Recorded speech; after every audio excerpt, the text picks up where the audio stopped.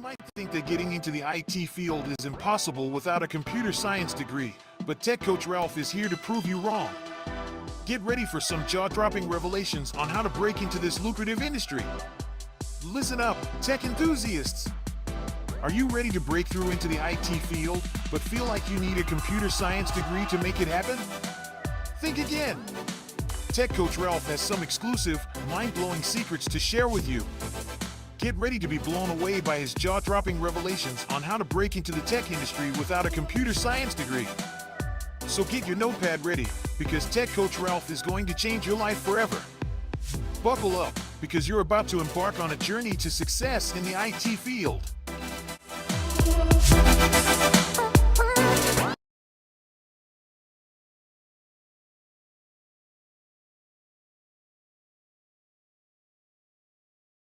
Welcome back to another live stream. I'm going to continue doing a software exploration.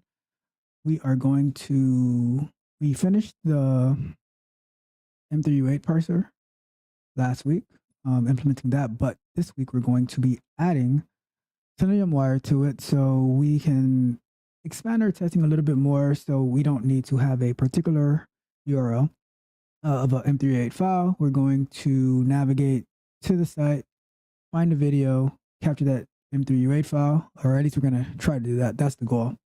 But before we do that, let's get some housekeeping out of the way.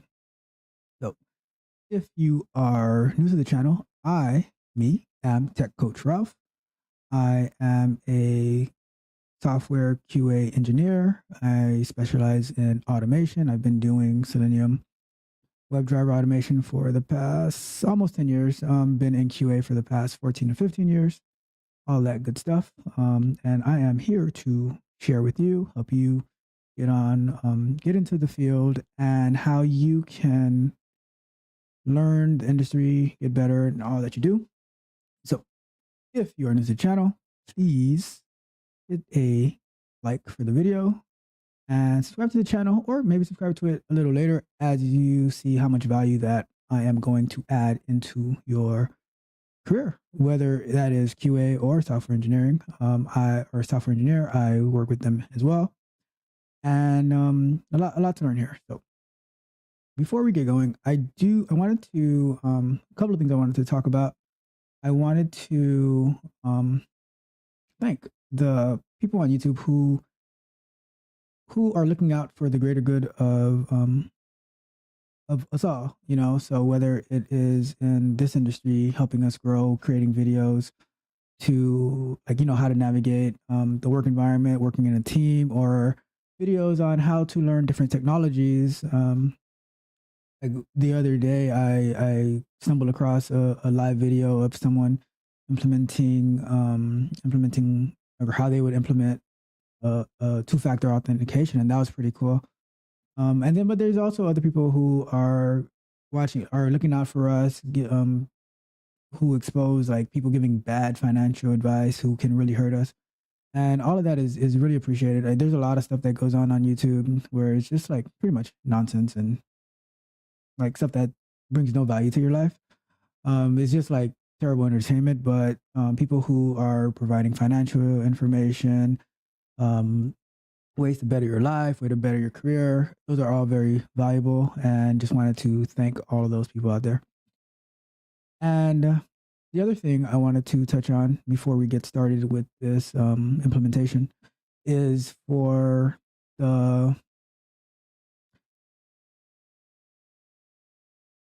if you feel that it's you're applying for jobs and you're not getting the response that you need, or let's say you're on LinkedIn. I remember when I was on LinkedIn and there were I'd see jobs and there were maybe over 200 applications, and you're gosh, should I even apply for this? The answer is yes.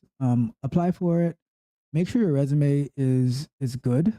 And I'll actually do a video about that where I go through my resume and how I formatted, the reason that I formatted that way. And hopefully that can help you as well, get your name to the top. Because it might be discouraging, like if you're applying and applying and applying, and then you feel that there is no, like nothing's moving.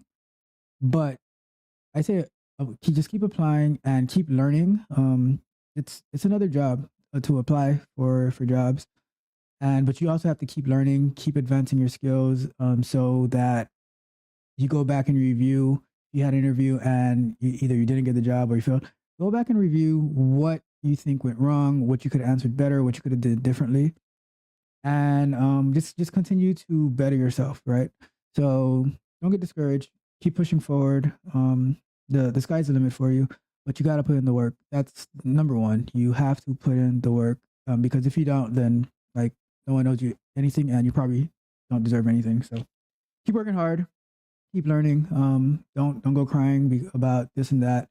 It's up to you. Like you control your future, your destiny. Nobody else does. All right. And last bit of housekeeping. I will be introducing a new show. Not exactly sure when, but it'll be a live stream, and I think it's going to be very fun, very informative, somewhat entertaining. You know, I don't really see myself as an entertainer, but some people may say otherwise. Either way, we will be introducing some new a new show, and I have 3 new videos coming out this week: Monday, Wednesday, Friday. Monday, we're going to have a candid conversation video dropping. Then Wednesday, we're going to have a software exploration video dropping. And on Friday, we're going to have another episode of The Bug Bite where we review software industry related bugs. And watch out for the shorts that also drop. But if you hit the notification button after subscribing, you will be notified every time a new video drops. And on that note, we shall get started. Let me go ahead and open up I have it open already. All right, got PyCharm. Let me move it over to the window that's going to be shared.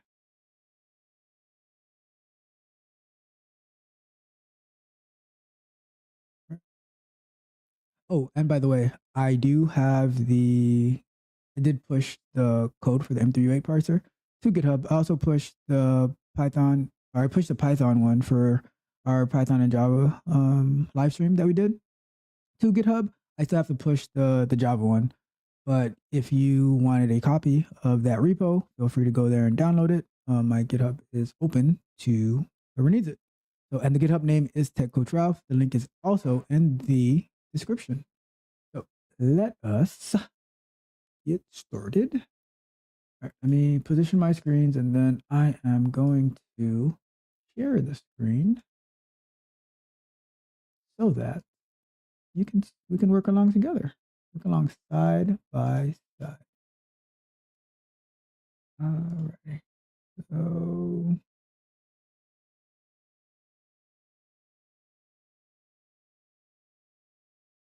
and you can see we're live because I am not easily able to just cut it out and transition straight to it. So let me share my screen.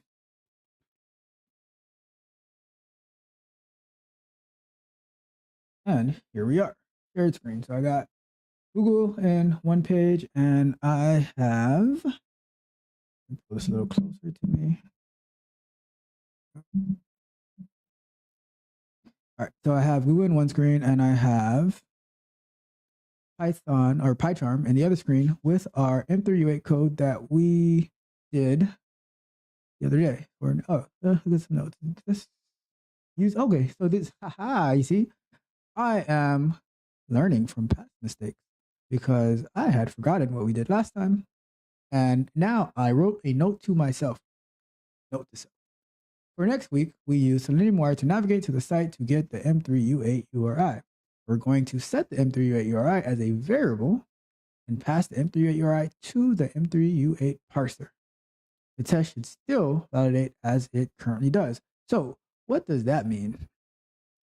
That means that, see how we have this right here hard-coded? Let's do this. I am going to do a split screen like that, and that way when I can move. Ooh, look at that! Isn't that cool?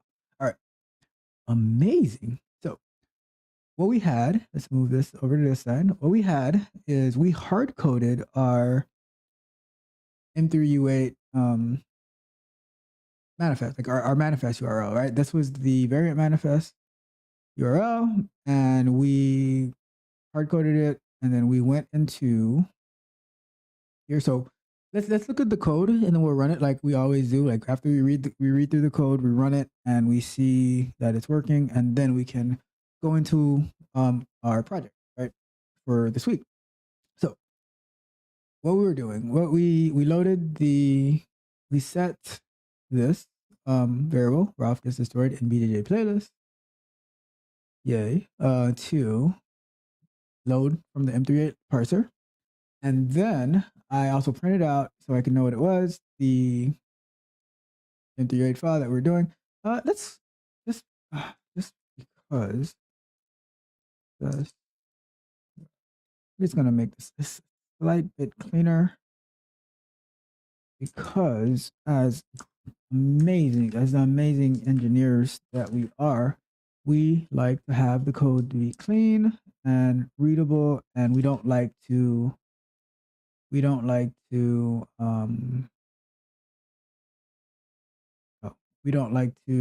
what's the word I'm looking for here?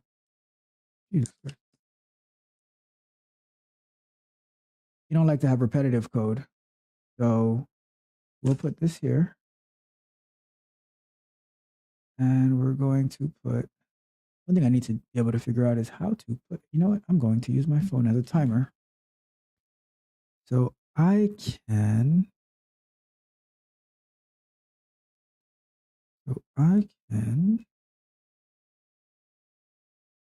see, 'cause I want to be able to check what's going on.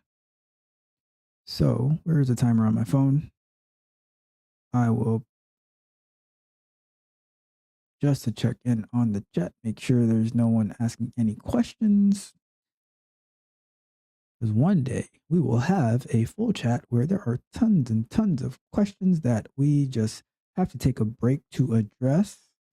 But until then, we will continue to do what we do. I'm going to put it for 25 minutes. And after 25 minutes, we'll see where we're at. And if there's any questions, we will answer those questions.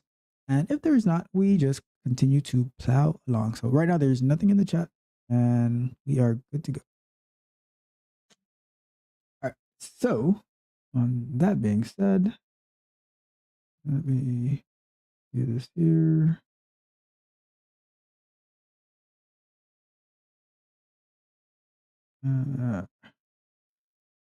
Bear with me just for a second.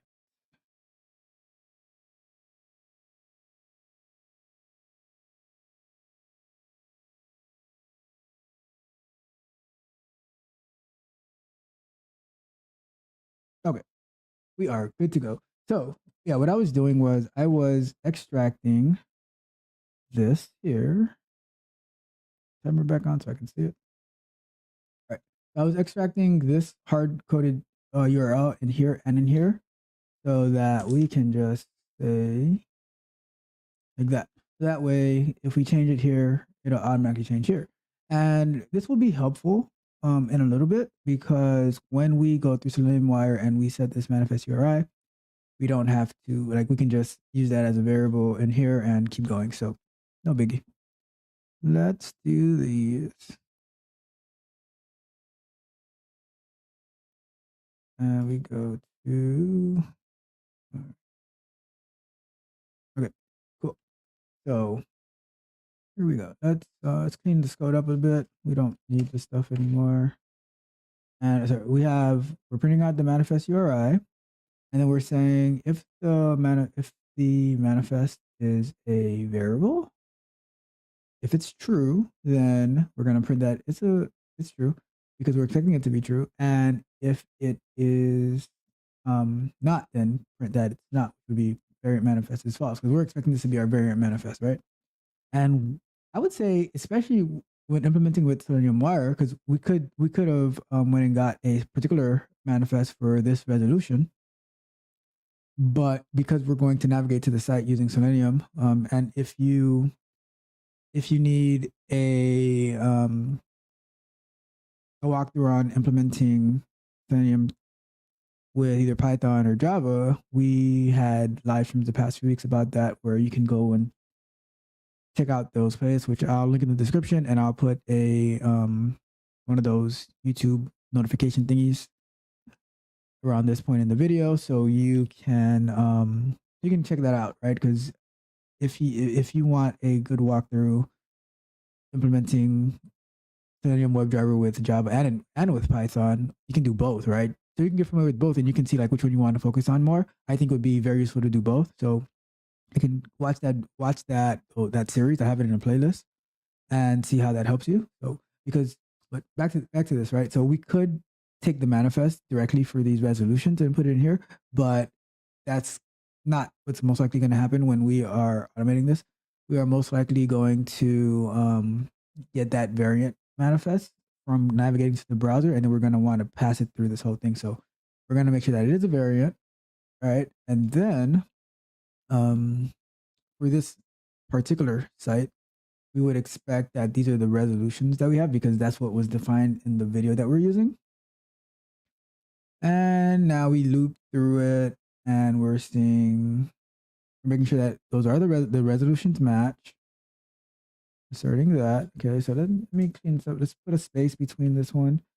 And now we're going to load the manifest. So we're putting out the quality of that resolution and those segments, and then we're asserting that. Oh, we actually did a good bit here. So we are doing a request to get that full segment, making sure that we're getting a 200. That we're asserting the content type to make sure that the content type of those TS segments are video / MP2T, and we're validating that it is a CloudFront cache hit. Very cool stuff. All right, yeah, this is very good. This is a very good testing scenario for HLS streaming, right? And if you don't remember HLS streaming, HTTP live streaming, it allows you to live stream videos. Like when you see like this video, that if you're watching it live right now, it's being done through HLS streaming. But also, you can also use the HLS protocols or HLS streaming for playback, for video playback, right? It's one and the same. The manifest when it's live versus when it's playback, they're slightly different, but it's the same concept, right? So without further ado, let's give this file a play.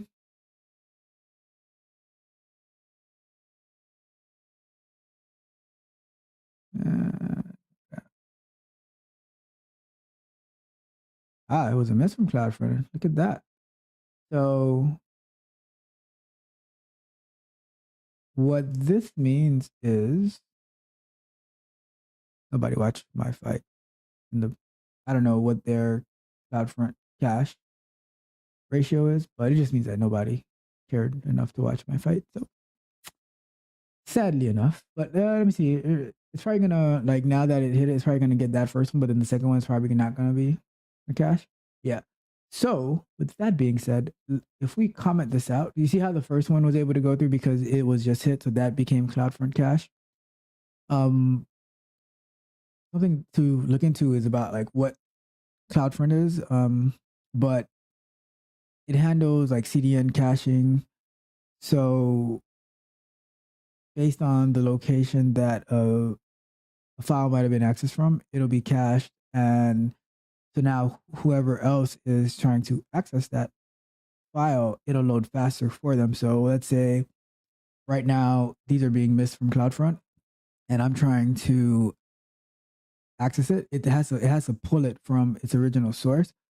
But now if I go back and watch it again, then it'll be a hit from CloudFront, and anyway, or if somebody else went to go watch it, it would also be a hit from CloudFront because if they're in like in a similar vicinity to me. I don't know how, maybe it's like the AWS region. I'm not exactly sure how they determine that hit part, but they would be able to get it to load faster without going all the way directly to the source. It gets cached in that CDN. So that's why we're seeing this. What I'm going to do right now, this is what we're going to do, right? I'm going to comment it out right now so we can get it to pass. So yeah, we can get it to pass, and it's going to hit all the segments, and then I'll run it again. So then you can see how everything went from being a miss to a hit, right? Let's go.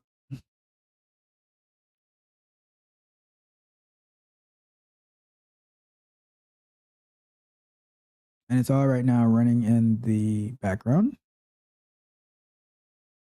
And it's just like, so these are, to me, the M3U8 parser is like the beautiful soup parser, which, if you remember from prior live stream about this, I got this, I found this parser because I needed to parse through an M3U8 file, and I was thinking that I could do a beautiful soup, but one of the engineers reminded me that they believe that beautiful soup is only for HTML and XML.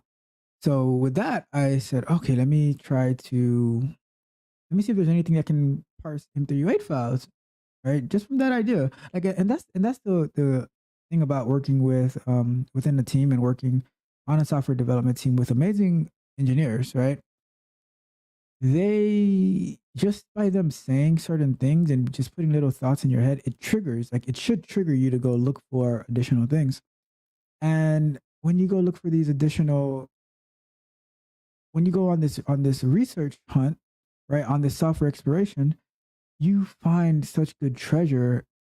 And I just give you an additional context of what happened was, so then we ended up implementing the M3U8 parser in one of our projects. And when we were talking about it in a sprint review, one of the higher up, I'm not sure the position of this person, but they're hired up in the software engineering chain, and they said, "Oh, like, this is very good. I'm gonna look into it more because I think this can help us on some other projects that we're working on." So the work that you do, it's not in a silo. It's not only for you, right? It can be, it can be used by the whole team. And I don't want you to think that, oh, it's just like whatever I do is in a bubble, it doesn't matter. The work of the QA engineers, it is crucial because we find other ways to do things, right? Because while the software engineers themselves, their focus might be on building the actual software and the infrastructure of that software, we also have a different perspective on things. We being the QA engineers, right? That perspective is quality and infrastructure, and how we can have how we can provide good quality and a good way that we can track it as well. You know, so by finding this, by finding the M3U8 parser, it helps us further the quality of our testing. But then, which wasn't the original goal, but if other teams can use it for the things that they're working on, or if the developers can use it for something as well, it makes it even better because now that's a win for everybody, you know? So I want you to remember that. Don't think that the work that you're doing doesn't matter. People notice it, and people notice the work that you're doing, and they value it. If not, then they wouldn't have you working for them. So keep that in mind, right? So this is going through. We're like, and as you can see, there's no errors happening, right? It's just going through. It's printing out the path, but it's working. So let's see where we're at. We're on the 800 by 450 quality. Oh my goodness. All right, I'm going to stop it because we can see that it's working. There's no need to continue this whole thing and waste time, right? But what I do want to do is I want to show you when I run it again, because now we're going to, and I am expecting this to be now a cache hit, right? So if I run it again,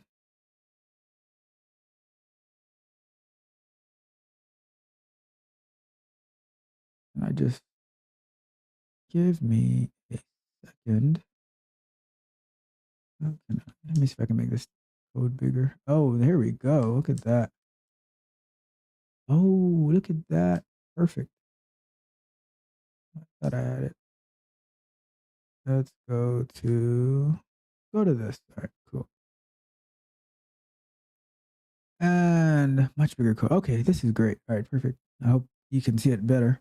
So what I'm gonna do, or did I do it already? Yes, I did already. So I already commented out. My expectation now is that when I run it, these should also be they should now be cache hits because it was accessed once, and now when we run it, it should be hit from CloudFront, right?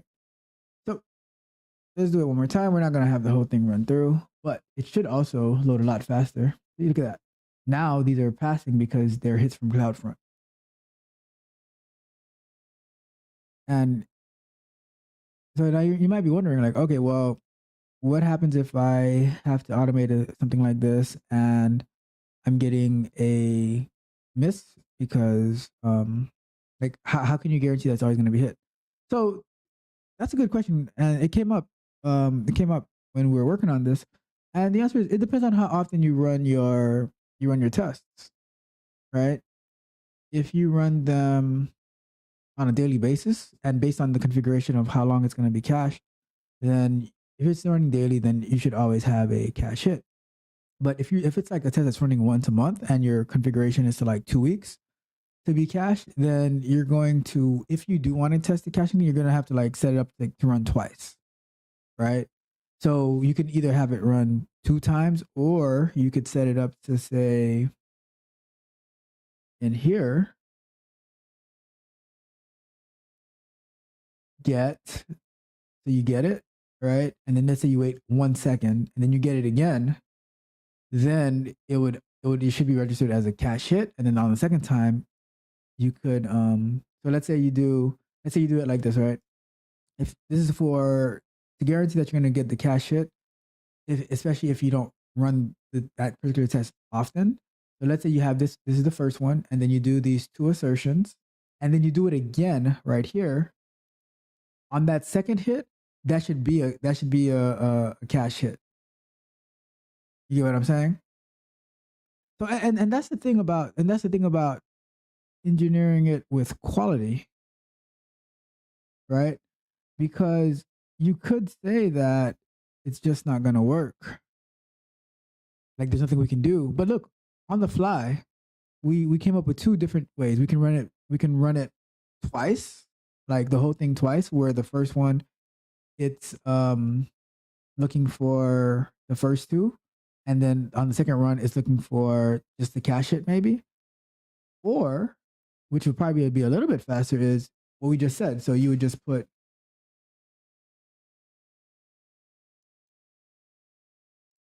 that in here, right? And that's why one of the themes that I have for all these videos is engineered to win, because we find solutions. We don't just all right. So and there you go. Like eventually it got. Let me see where it got the hit. Yeah. So I get so distracted sometimes. I get so excited by these tests running that I'm in the middle of a sentence that says failed. Okay, what's going on? So what I was saying, like our theme is engineered to win because we find solutions. We never say that it's not possible. We say, like, we might say, I'm going to figure it out. And then we do figure it out. And then we implement it. And then we bring back the treasures to the team. So for the greater good. All right. So let's see here. Put that here. Right. So what's next? So you know what? And if you notice, it ran a lot faster because it took us a while to get to the 800 by 450, but because of all these cache hits, it just boom boom boom boom boom, right? So and that's one of the great things about caching. And when the file changes and it's cached, like there should be some type of I think there's some type of mechanism that it'll pick up that new file. But that's neither here nor there. So let's try that right while we're here, right? So let's take this right here and say this, right? So now it's always going to get hit it a second time, and it should always be a hit from CloudFront, right? So let's run it one more time, and then we can get into our Selenium-wire.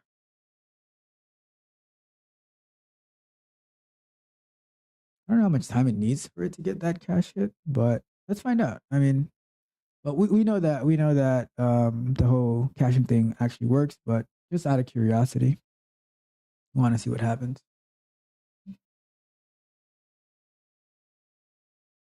But yeah, so this is what I want. This is what I want to drill into you, is that figure things out. That's like, you could be so here's the difference. There is people who do QA automation where you provide them a test case and then they automate it and they follow that line, right? And then there is QA engineering, and which it kind of gets close to, and this is a discussion that we're going to have, right? Like, what is the software developer and test? What is the QA engineer? What is the automation engineer? How does that all play out? Because what I was saying is, you can have someone who does automation where you give them the test case, they go and they automate it, and they say, okay, it's automated, it's running on the schedule, whatever, right? But then there's also like QA engineering where you solve QA obstacles and problems, and that can go from dabbling in DevOps type stuff where you can so for instance, you log into AWS, you set up EC2 instances. There's a video for that where we went into AWS, set up an instance, created and then we installed Docker and Docker Compose on it. So that link should get one of those little pop thingies that say if you want to watch that video. But we did do that as well, so that's a great video to follow along. So which relates to what I'm saying right now. What I'm saying is, there's QA engineering, which it's not limited to automation. You are engineering how to provide great quality software. It's not just like manual testing or it's not just testing, right? It's finding ways, optimized ways to test. You understand what I'm saying? Finding optimized ways to test. So the point that I'm saying, what I'm trying to communicate is, there's so much that goes into it that I saw somebody talking about, oh, they're not really getting to do much, they're bored. I think because you're not looking hard enough for things to do. I found ways to, like I said, I was going into AWS, installing Docker, installing Selenium Grid, getting servers to talk to each other, working on the AWS device farm. So many different things that you can do. All right. So that's what I'm trying to say to you is, be a QA engineer. Don't be someone who just automates or just does manual testing. Engineer it to win for yourself and for the team. Because when the team wins, you must have won too. Because, or even better, when you win, the team should win as well, because you found new solutions that will benefit the team and that'll definitely benefit you. And that is more stuff that you can put on your resume. That's more that like accolades that you build and eyes that are on you so you can move up the ranks. It shows that you're hungry. And that's the point. You have to be hungry, because no one's going to give you anything. You don't deserve anything. You have to work for it. You have to earn it. And that's the point. Let's see here. Good. Wow, this is running. I'm going to try to, let's see what happens if I do this right here.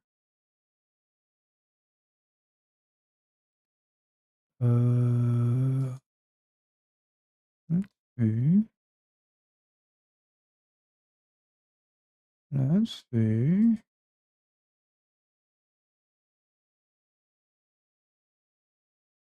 Let's not do that right now.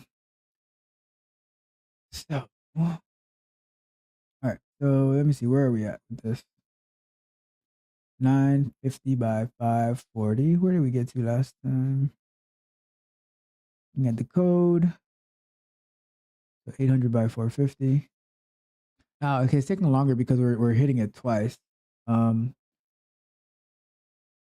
would probably be the best thing to do is say if so it's not doing it right now, but once it gets past the 850, and let's say it gets to what's the next resolution after 850, or the 800 is like 640 by 360. Once it gets to this, then we can stop it. But I think what would have been better to do, which you see these things by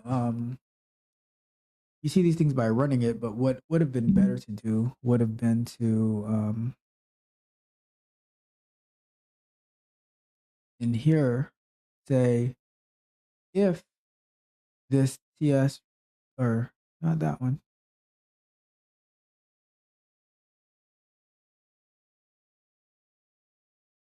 Why do we have this in here? This should not be here. So this one's always going to be correct. But we get this once, and then it's probably why it's taking a long time. It's probably running 3 times, which is not what we wanted. But it'll get to that 800. But what we should have done in here. Okay, so now, yeah, here it is right here, 800. But what we should have done in here is say if the response, which I can add it, but if the response does not equal hit from CloudFront, then you pop it in again. So let's say does not equal hit from CloudFront, then we do that, right? So that way it only has to hit it one time instead of hitting it twice. Like it'll only hit it a second time if it's not a hit from CloudFront. And then once you get to this assertion, that should always be true because it should always be a hit from CloudFront, which I think that's going to be a great solution as well to implement in the project that we're working on, is hit that segment a second time if it's not a hit from CloudFront, because let's say for some weird reason the cache gets reset, or which it's not likely because we run our test daily, but let's say we run the test, we like this test wasn't ran, or this is a new manifest or something. Well, who knows, right? It could be a variety of different things. But let's say if it's not a hit from CloudFront, then we hit that segment one more time, and then we should get that hit from CloudFront. So just having it in there, and then that'll be great. So I don't know if it fails that. Oh no, it went through. So, and let's see. So, and we never hit the 640 by 360. So we know that this is working. So this is perfect. All right. So time is up on the timer. Let me see here. Let me check. All right, let's go here. Gotta get some better transitions happening over here. So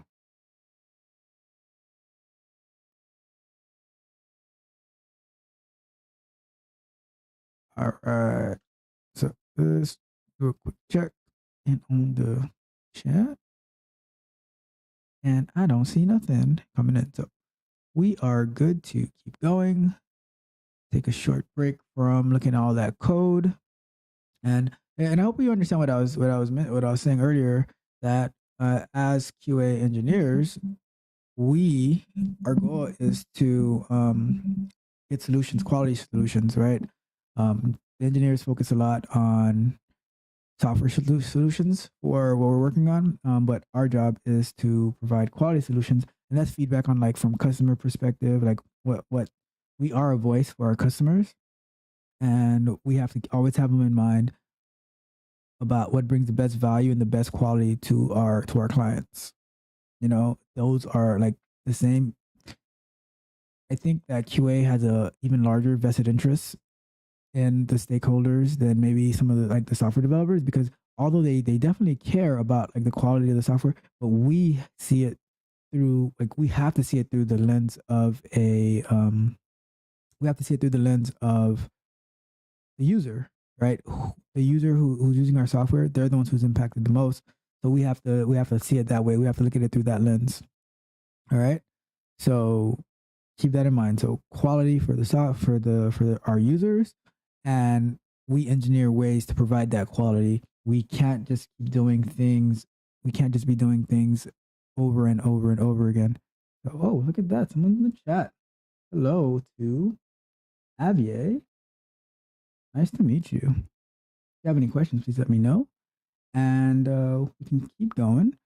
So now let's go some more. And we're going to go back to our share screen. All right, so let's put the timer on for another 25 minutes. And we can check the chat again in 25 minutes, but for the time being. All right, so here we are. So did this finish with our... Sure did. Perfect. You see, and look at that. On the fly. This is what I really enjoy about doing this work. On the fly, we were able to come up with a solution for this hit from CloudFront, right?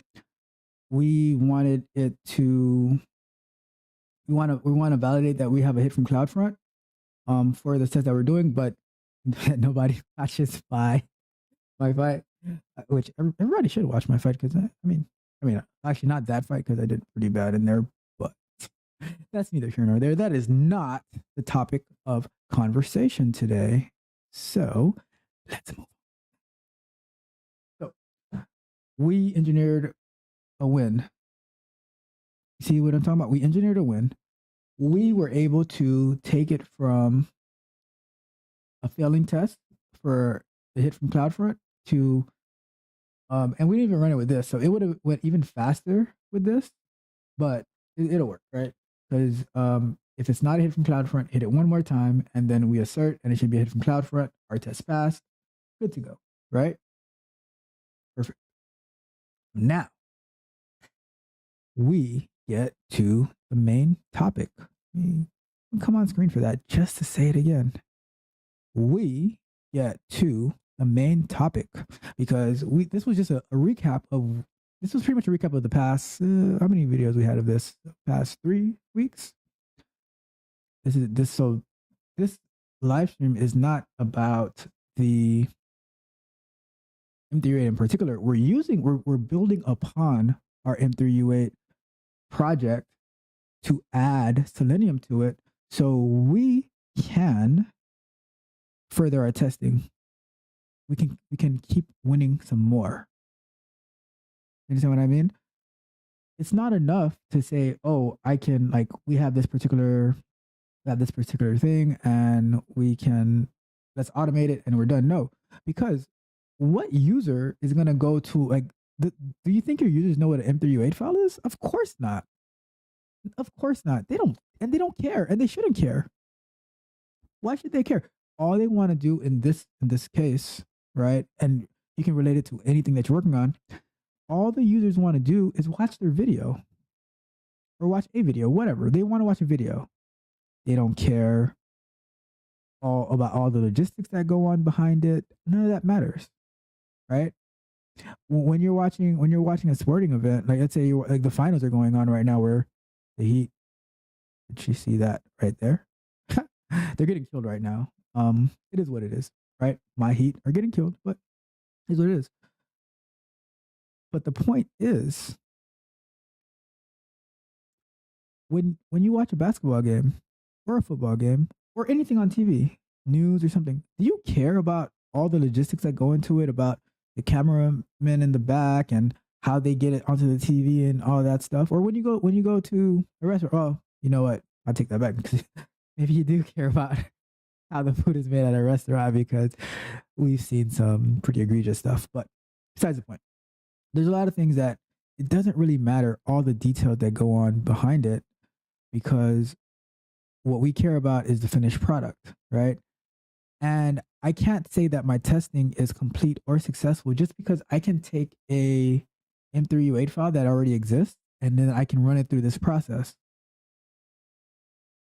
right? It doesn't work that way. Like, I need to get as close as possible to the user experience. And what would the user do? So the user doesn't know that the M3U8 is happening in the background, but I do because I'm part of the engineering team and I'm building the software and I'm testing. I'm testing the software that the developers are building. But we're a unit. We're one, right? They are like the left hand, and I'm like the right hand, and we both work together. We collaborate to build amazing, awesome software, and that should be the goal of working on a development team, right? So the point is, now we need to further our testing. We need to get our testing closer to the expectation of what a user would do when they are going through the process, right? So that's what we're going to do. Okay? So what we are going to do is now we're going to add Selenium-wire to our M3U8 project. All right? Let's do it. So here we are. First, and if you don't know what Selenium-wire is, I had a video released. Did I release that video? I think it was earlier this week, maybe, or last week. Maybe it was probably last Wednesday. But I'll put the video as one of those little notification thingies, and you can watch that if you want to see overview on Selenium-wire. That was our very first live stream, actually, and I was trying to figure out how to get it to work with Selenium, like with the remote driver, and we couldn't figure it out at that time. But I did go back and do some additional work on it, and we did get that to work. And most likely next weekend's live stream will be us implementing the Selenium-wire to work with. Trying to decide if I want to do the Docker one first or if I want to do it on the AWS with like Device Farm or something. I'll figure that out this week to see which way I'm going to do it, like to see which way adds more value. I'm kind of leaning towards using it with Docker right now, like to do that one first. I think that one might add a little bit more value, but that's something that we can that I'll figure out, and then I will schedule the stream. And if you want to follow along with our implementation of Selenium-wire, Docker, AWS, all that good stuff, here is the place to be. It is exactly what you need as a QA engineer, and I would say that this channel is extremely valuable to engineers as well, because you can see how your QA engineers think, right? And by you having that understanding of how the QA engineers think, it'll make a better team harmony, and it will and even if your QA engineers don't think like that, maybe you can help them get better as well, because that our goal is growth and our goal is success. Our goal is to win individually and as a team. I believe if I win, then the team wins. If the team wins, then I win. Right? So, that being said, let's continue with this. Selenium-wire. So, there we go. Like we like to do, I need a sound effect. So, like when I go, all right. So, Selenium-wire. And it's Selenium-wire. So let's read the description. I went over this a few times in that video that I mentioned, and in the first live stream. Selenium-wire extends Selenium Python's binding to give you access to the underlying requests made by the browser. You author your code in the same way as you do with Selenium, but you get extra APIs for inspecting requests and responses and making changes to them on the fly. Super useful, and I just can't. I really appreciate the person who created this project. So Will Keeling very like it's an amazing it's an amazing project. It's pretty amazing because of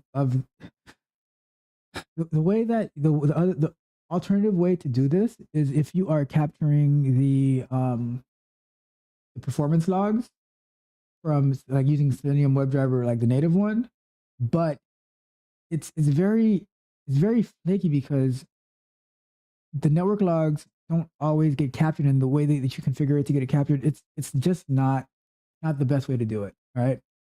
And that's why because I really need this to work so we can have a good, strong testing foundation for when working on things that go on in the background, like things that you can't normally see, right?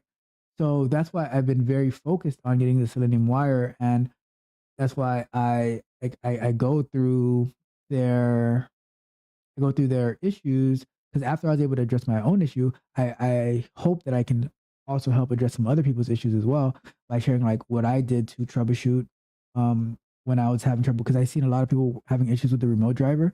So I say this is what I did to troubleshoot the remote driver, and I think a good idea is like if anyone has issues using it, I would be glad to help troubleshoot it.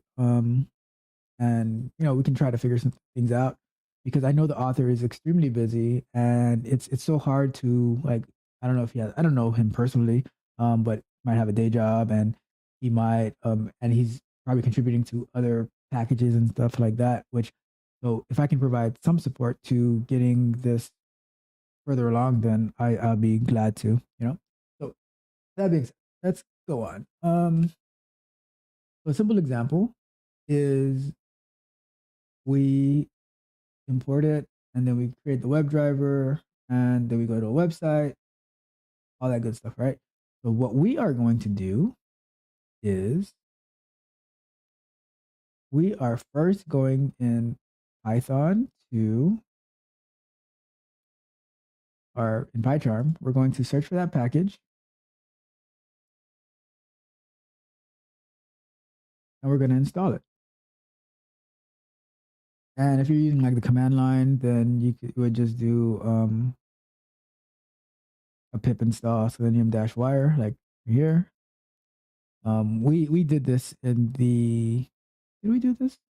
I think we did in the original live stream. I don't remember what we did. That was a long time ago. But we are going to have another part of Selenium Wire where we are getting it to work on the remote driver. Getting it to work locally, piece of cake, right? Super cool, super easy. And we're going to do the local one for this implementation because the goal for this live stream is more of getting something like is of pushing further our testing capabilities, our testing flow. So that is our goal: is to push forward our testing capabilities. However, there is infrastructure involved. There's like I said, being a QA engineer, right? And as you move up through the ranks, it's not just about testing. It's about how do you facilitate your testing, which is very important, right? So, with that being said, we have Selenium Wire installed. And we have to import Selenium Wire. So if we were just installing Selenium, we would say from Selenium import WebDriver, but because we're doing this through Selenium Wire, we are going first. Let's go to the top. Let's get rid of stuff that's not being used.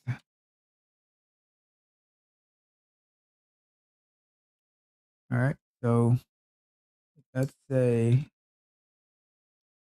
from Selenium Wire import WebDriver.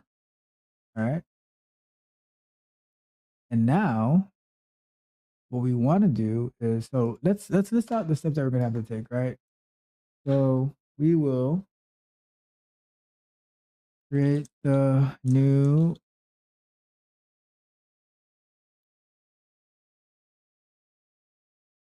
one thing I'm not sure about is will I have to use the WebDriver manager? We use the WebDriver manager in our Python and Selenium implementation. our Python and Java implementation, but I'm not sure if we're gonna have to use this here. I don't recall. But we're gonna find out in a second. Create the new instance of the driver, and then we are going to navigate to a video on the Flow grappling site. I'm also, you know, I should also reach out to some engineers on the Flow grappling site to see how they test and let them know that I'm on their site as well. So if you ever want to see a bad performance, or I mean, I have some good videos on their site too that competitions that I won as well. Yeah, I do. I had to make sure it was on their site. But yeah, so we're gonna navigate to the Flow grappling, a video on the Flow grappling site, and then we are use Selenium-wire to capture the M3U8 file. And then once we capture that, okay, so we're going to set the captured M3U8 file as the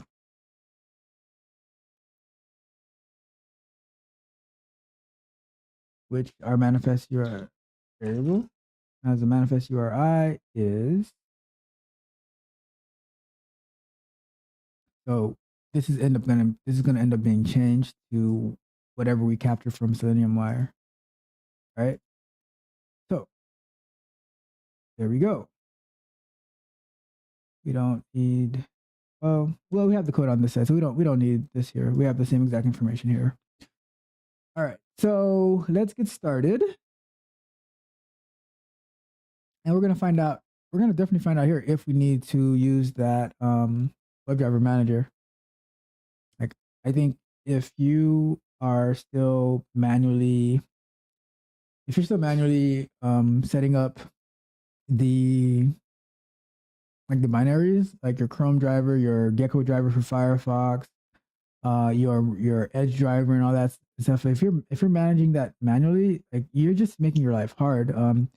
You could I would strongly urge you to upgrade to the WebDriver manager. So, and that's whether you're using Python or you're using Java. I'm not familiar enough with C# to know if there's one if there's one. There should be. If there isn't, somebody should definitely create it. But you should definitely migrate to a WebDriver manager to manage all those binaries for you and all those setups. And I've done through I've implemented through a framework where I set up that binary based on the browser that's being tested on. Which, you know what? Maybe I'll go through that one day. Some past projects that I worked on and some past frameworks that I worked on to give a good idea of how I was able to use that WebDriver manager for it's how I built a framework that can handle multiple different browsers. And that one was specifically through Java and using TestNG, which I was able to get it to work in parallel. So you can run however many tests you want at the same time. I remember one time we had to run a bunch of tests, and we created this is years ago. We created a AWS instance, and we were popping up to 40 sites on a run, 40 sites in parallel on an AWS instance. It was a very powerful instance, but being able to run 40 sites at once in parallel, that's amazing. So all right, so let's go. Let's see. So create the new instance of the driver. So how do we do that? Okay, driver equals webdriver.from. And now we're going to navigate to a video on the Flow grappling site. So for testing purposes, just so we can for the purpose of this particular live stream where we are it's to get a M3U8 file and have it run through the M3U8 parser. We're not going to heavily focus on like setting up a page object model and page factors and stuff like that. If that is something of interest to you, watch the live stream from this past Thursday where we finished our Java and our Python implementation. And I'll link that for you as well. But watch that live stream because it has all the answers that you're looking for on how we set that up, like the page object model for Python and for Java, and how that and the page factory and how that will revolutionize the organization of your automated tests. To me, you don't have true automation unless you have organized tests that are very reusable. And to me, the only way you can accomplish that successfully is through the page object model. And if you are feeling really froggy, implementing the page factory. All right. So navigate to flow grappling. So like I said, for the purpose of this, we are, and maybe if we have time, I'll refactor, or maybe like, because I'm sure we're going to use this project again in the future. So we can always refactor it and push it up to GitHub. But this is just we're focused on a particular purpose right now. Okay. So we say get https www.flowgrappling.com, and we can do that in parallel right here.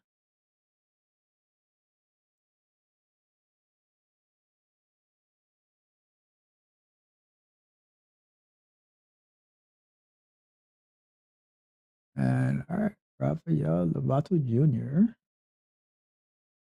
Okay, let's see if we have, what can we find? Let me see.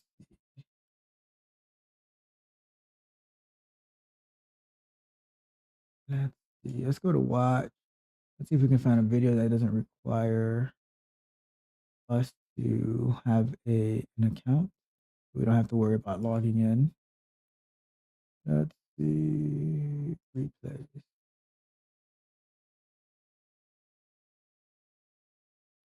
All right, let's find something that doesn't require. I wonder if I can find something on. So let me see. Let's see if I click on this, what happens.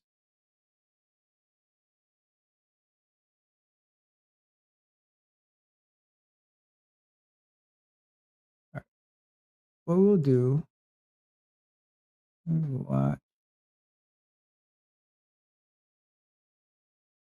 All right, so what we'll do, we'll go to the website. We'll click on watch, and then we'll find video to click on. Let's see when that works though.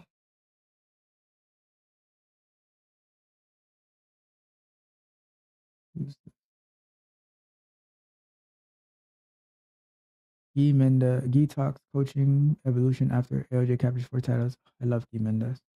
All right, cool. So, all right, so we'll go to the site. We'll click on watch, and then we'll. All right, so let's say click on watch, and then click on a video.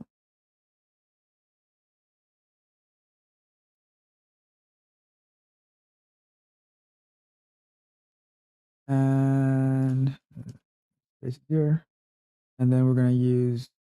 Okay, so let's do that. So remember from our live stream, go back to the homepage. How do we do that? So, and this is the way that I recommend for, like, if let's say you're totally new to automation, your code is gonna end up looking like your very first code should look like this, right? Okay, cool. I can get it there. Your very first code should it's like driver dot get, and then driver dot find element dot blah blah blah. So we're here. We're gonna say find the watch. Now that was loud. No respect. Okay, so let's say we do let's look for this one, right? Data test flow link. A data test flow link. Is that what it is? And that's it. So that is not unique. So we need to filter down a little bit more. So how can, all right, so let's find the one for watch.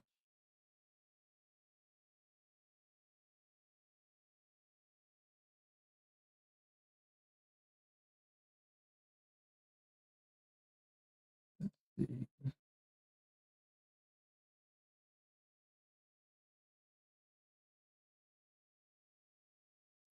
So, all right, let's find it. All right, so this is not a great selector. So let's find a better selector. So button is inside. So let's keep going. Let's drill down a little bit more. Button. And we are still here.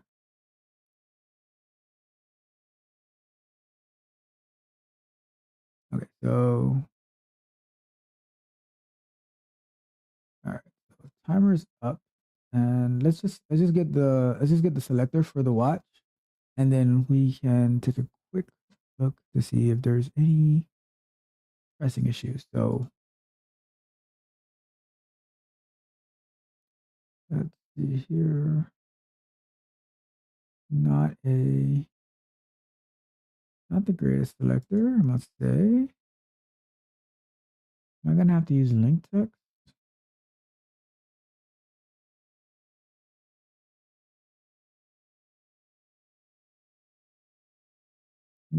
And this is like, and as part, okay, and here's, I'll address this when we stop, but this is like very important. As Q engineers, you want to work with your front end developers, so they can put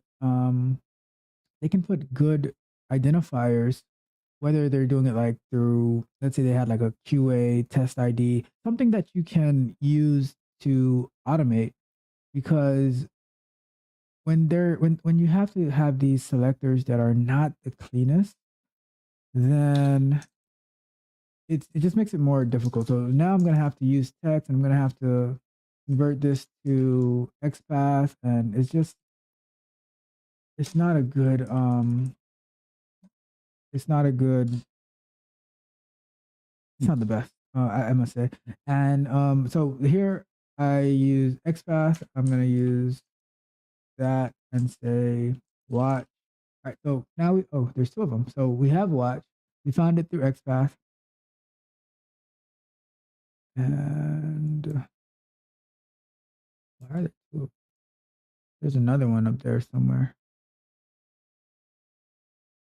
But we want the second one though, because that's the one. Like, the reason we want the second one because that's one that's being highlighted on the screen. I don't know where that first one is located. Maybe it's located in this menu. I don't know where that one is located, and that's why like you want to be very specific in what you're targeting, but you want to be general enough, because that's why I don't like using text, because if they change the text like to like, let's say watch sports, right? Because anybody can do that. It doesn't have to be like through a CMS. Doesn't have to be a developer change. So that's why I don't like using text. But that is why it's important to work with your developers, so they can put these identifiers in there for you. So let's say we do this.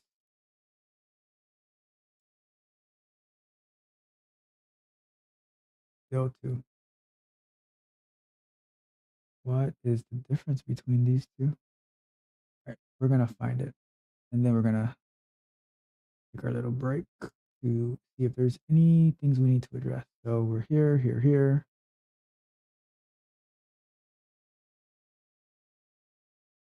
And let me see. So this is something that's very important. Like, and I have a video coming after that. I believe it's coming out on Wednesday. So look out for that video about you, like how I choose my locators, right? And it's a very very detailed method. It was supposed to be a short video, but it ended up being pretty long. But it's very detailed on why I'm so careful when I choose my selectors, because you don't want to just like choose any random thing that's going to cause your test to be super flaky and break all the time. So here we are trying to find out where this is coming from. So let's see what's the difference between this one and that one doesn't even show up on the screen. So let's see the difference between these two. So this one, these two. Okay. So what we can do in our div, we can start off with the div and we can look for primary nav mobile links. And then this way, we should have a unique XPath. So take that. I just gave you a little preview of the video that's coming out on how I choose my selector. So because there are multiple, and this is why I like using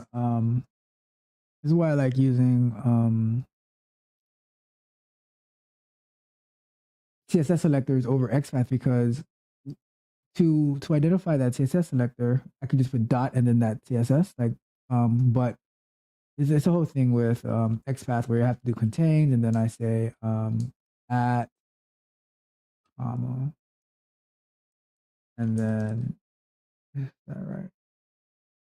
Div contains. I don't even know if I did it right.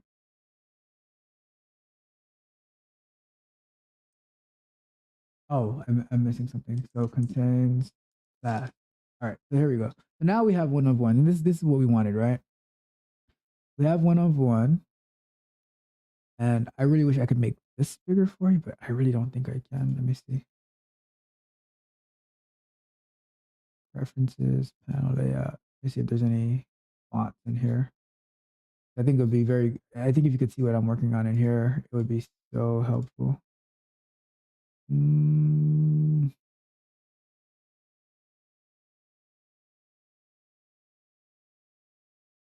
I don't see any font size in here. I'll continue to look for this. But I think it'll be very important if you can see what I'm doing inside of my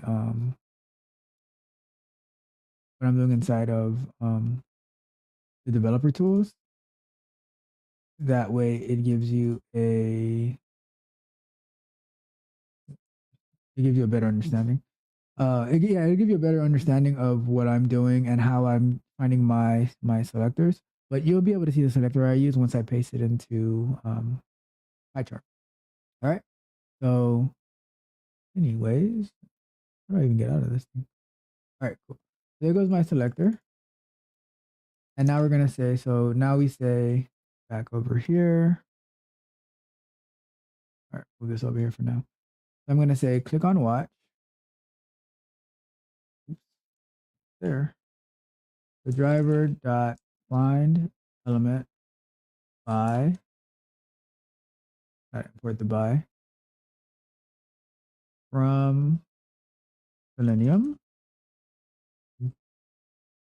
Oh, I never remember this. Let me see it. WebDriver by? No, I never remember what this one is. So let's import.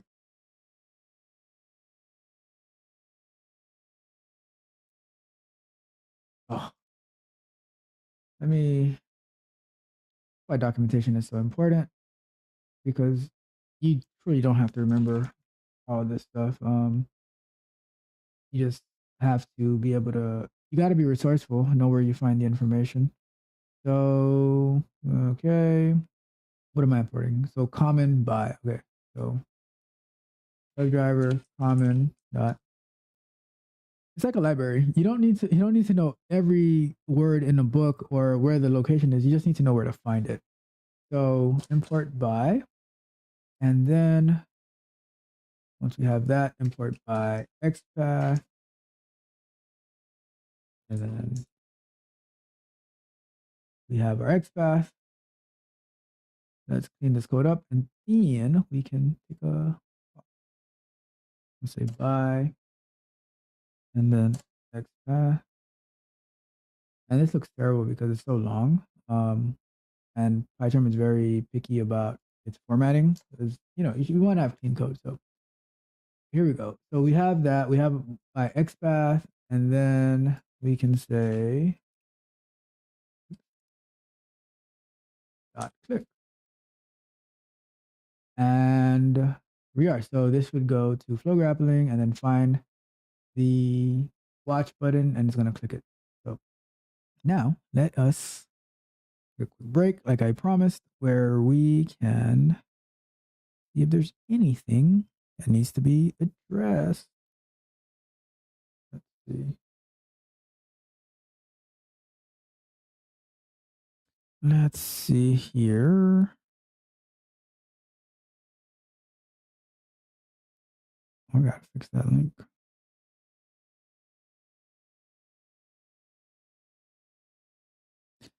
Looks like there's nothing to be addressed, so we can continue along. And we are actually almost done. I don't want to go for longer than another 30 minutes, but hopefully it's even shorter than that. So we have these two. So let me transition back because there is nothing to see here. Give me a second.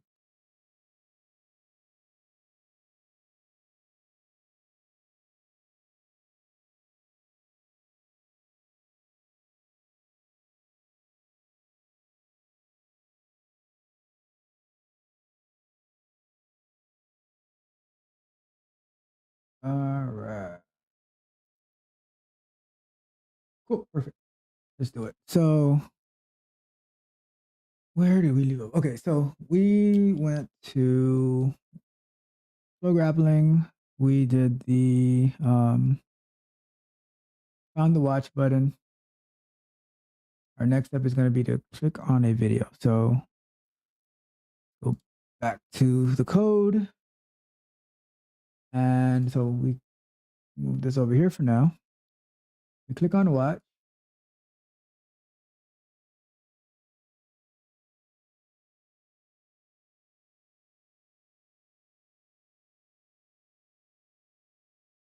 And we're going to scroll down a bit. And let's look at this code real quick to see. I really wish I can get this to be bigger. It's so small. Let me see. Let's Google it. Can you make from developer tools font bigger? You can use Control plus shortcut to change dev tool zoom. Just like any. Oh, is that so? Let's see. Oh, look at that. Who knew? Get out of here. Son of a gun. This is perfect. Let me make it a little bit smaller. Okay, so now you should be able to. Let me see if I do Control F. Oh, perfect. You can see it now. Amazing. Thank you, Google. All right, so here we are. Let's look for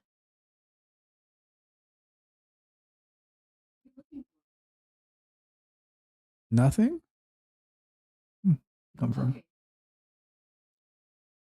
Oh, I said thank you, Google. Funny. All right, so let's look at this. Let's see this video.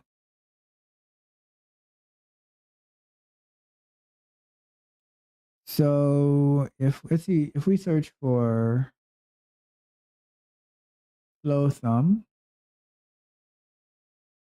what do we get?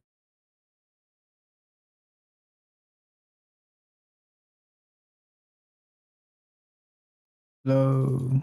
Oh, it's cool. They have like their own custom tags for stuff. All right, so flow thumb. So the first thing that we get is going to be here, but there's probably I mean let's see what happens. I don't know if there's going to be a video here, but let's see. No, there's no video here. So we need to probably find something that's pre-recorded. Let's see if I click on this, what happens? Does that video play? I don't know.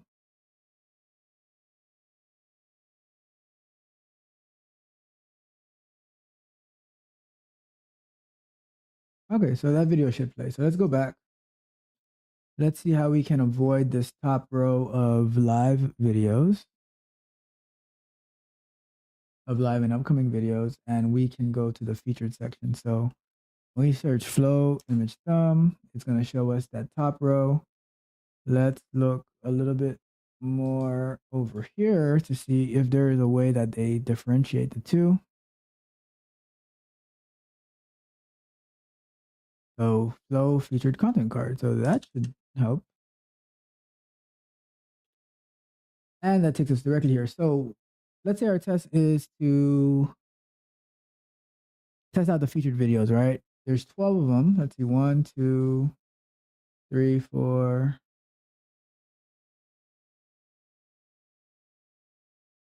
5, 6. I can't see everything, but let's say there's 12. And let's say you wanted to validate the videos are successfully loading that are on the watch page, right? So let's switch for a second, right? So here's a testing strategy, right? If you wanted to, so there's 12 videos, you wanted to make sure that the videos are playing on this watch page, right? You could loop through these 12 videos. But let's make sure that this like, let me just make sure. Okay. So our test is we want to validate that the featured videos are working as expected, right? So you can loop through these featured videos and then you capture their M3U8 file, and then you run that through the parser to make sure that the video segments actually do load correctly, right? So that's just a quick test that I came up with just by looking at this, right?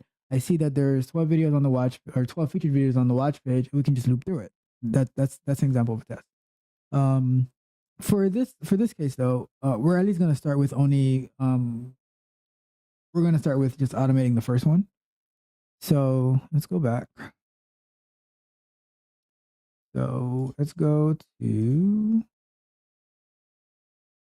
the first one. All right. So this one's going to be Rafael Lovato Jr. sees a big things in Victor Hugo's something. All right. I don't know what the rest is. It doesn't matter.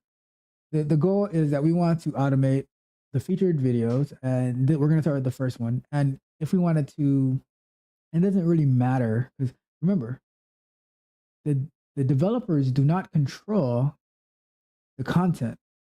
The developers control the infrastructure and the capability for whoever, like if it's marketing or whoever it is who's putting the content, they're the ones who dictate what's going to be shown on this page. We just provide the infrastructure and the testing to make sure that it works. So now from a QA perspective, right, we want to make sure that the videos work on that page. And I don't know if it's like testing it, whatever schedule you put, like you can probably have it run daily. If this is something that gets updated on a regular basis, you can have it run twice a day. Who knows, right? If you want to test it in like on your production site. So that's something that you can do. But like I said, we don't so it doesn't matter to us what this video actually is, right? What matters is that like any video that shows up in this featured list would play, right? So we have our flow featured content card and our flow image thumbnail. And we're gonna click on for this one, we're gonna say click on the first one, and then we could loop it if we wanted to. So we're gonna say go back to our pie chart. Make this a little bigger. Oop, you're slowing down on me. All right, so let's move this over here, and we're gonna say click on a video. So we're gonna use our same driver dot find element, and then by. For this time we're using CSS selector, and then we put our CSS selector in there, I think this is short enough to put on the same line. And then we're going to say, oops, something didn't go right. Ah, okay. I already had that over there.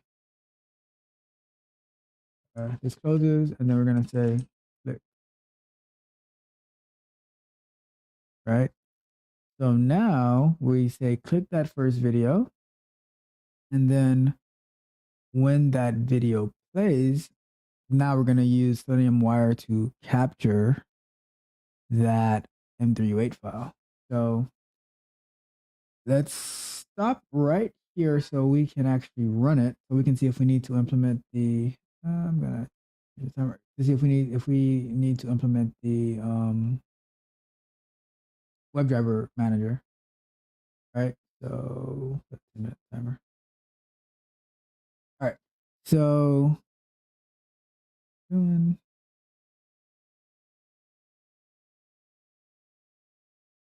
let's give it a run. See what happens. I'm not sure because I don't see, they didn't mention it in the Selenium-wire documentation, but I think you would have to, unless I don't know. Let's see. Give it a run.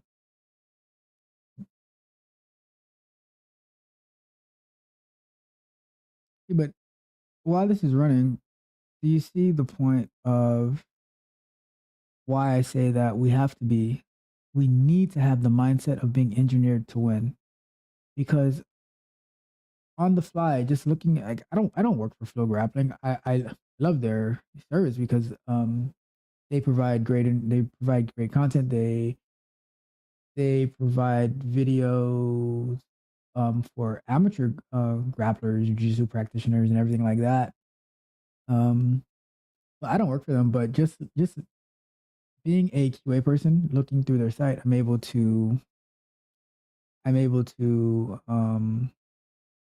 see how my testing approach to it. So hopefully that you can find that valuable as well.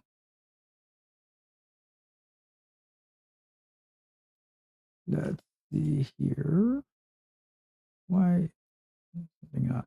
What's going on? Why is things not running? Or is it running in the background? Let me see. No, it's not running. I don't know why. Let's see what's going on.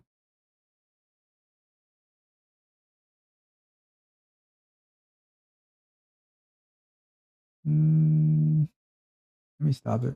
I don't know. Let's do. Okay, I can get through here. What is happening?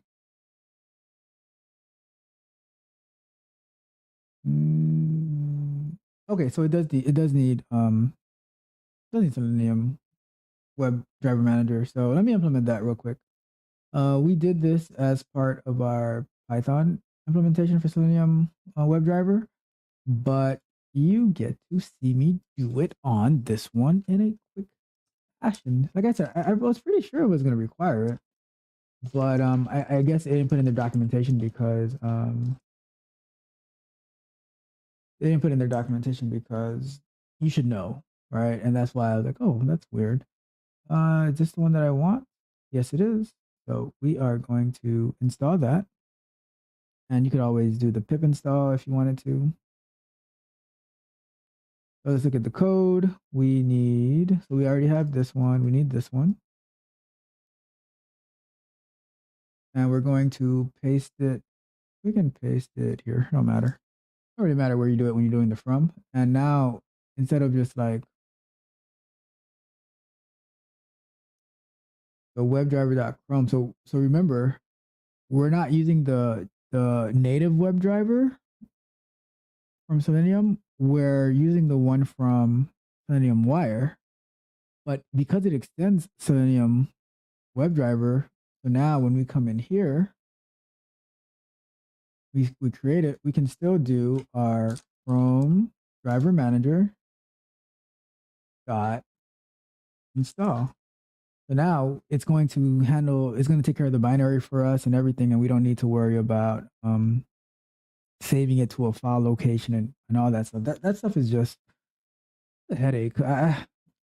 Maybe some people have reasons for doing that, but it drives me crazy having to manage that driver manually and like saying, okay, now we got to reference the path to it and everything. Give it a run. And this time it should go through because, yep, there it goes. It's downloading the driver. And something failed. Got multiple argument values for argument. What are you talking about? What are you talking about, Willis? I think there's something else that needs to be done with this latest update. Let me see. Driver dot from driver manager. Let's see. Got multiple arguments for option. I think there was an update made to it. What are, all right, so let's see if I click on this.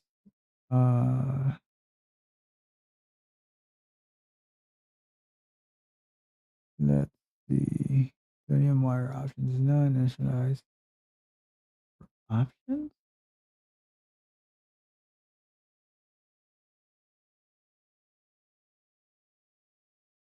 Let me look at, and this is like part of the investigation, right?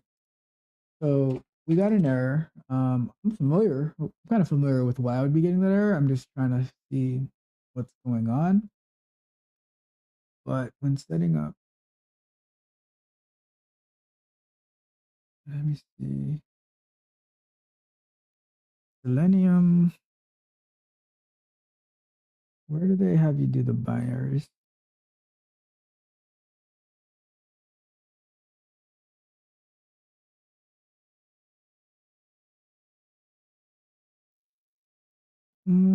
Let's see. Let's see. Let's see.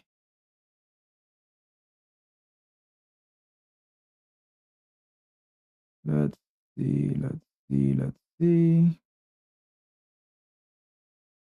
Should be somewhere around here.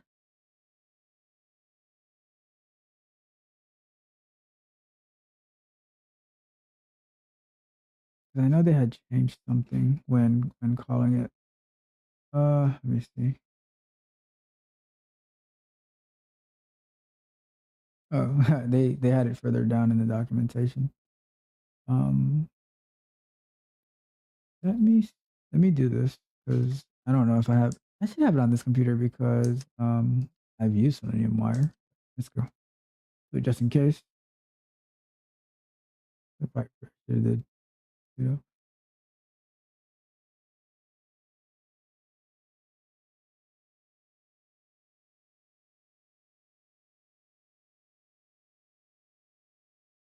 All right. All right. So why does it say I have? Oh my God.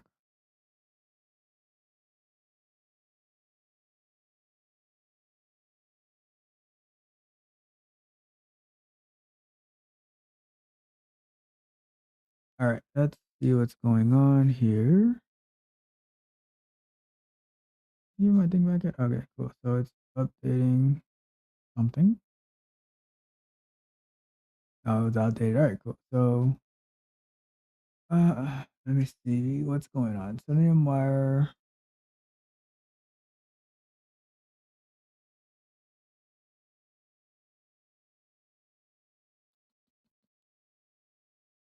They had, all right, let me see if I can find it because I saw it the other day and I'm trying to remember what they used to, how the code was. Maybe it's in here. Maybe sometimes I don't scroll enough and I just see the first thing. All right, service, I believe it is. Yeah, so because we're using Selenium 4, so it's service, and then yeah, Selenium. Okay, so yeah, I gotta look a little bit further deeper because if I go too fast, right? So for Selenium 4, we're using service, and then Chromium service. Oh, but that's what Chromium. But there we are, Selenium 4 service, Chrome service, Chrome driver manager install. Perfect. Yeah, I know. I was going crazy for a second there. So service equals, and then Chrome service. Gotta set this up over here. So we need to add another one. So from webdrivermanager.chrome.service import service as Chrome service. Did I miss something? Oh, that's from WebDriver. Okay, so WebDriver or Selenium.WebDriver. Jeez. So Selenium dot. I had the same problem the other day actually. Now that I think about it. So and then as Chrome service. So Selenium. So from Selenium WebDriver dot Chrome dot service import service as Chrome service. All right. Perfect. And the reason that you're most likely doing it, naming it as Chrome service is because you might end up needing it for Firefox, for Microsoft Edge, whatever browser that you're using. So you can't just have it as service. You need to like because you would say Selenium, WebDriver, Chrome, service, but then you don't say Firefox. You can say Edge, import service, and then you say as Firefox service, Chrome service, Edge service, whatever. Right. So here we are. So we go back over here, Chrome service, and then we put in the parentheses like that. And now when we run it, we should have success. Let's see what happens.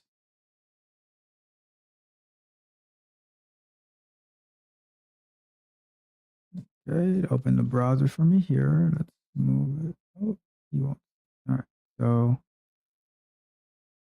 the browser's open, but you can't see it right now because, all right, let me move it over.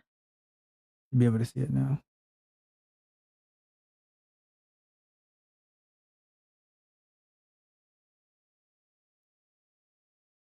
And after this runs, I'm going to check the chat real quick, and then we will continue. We are almost done for today, though.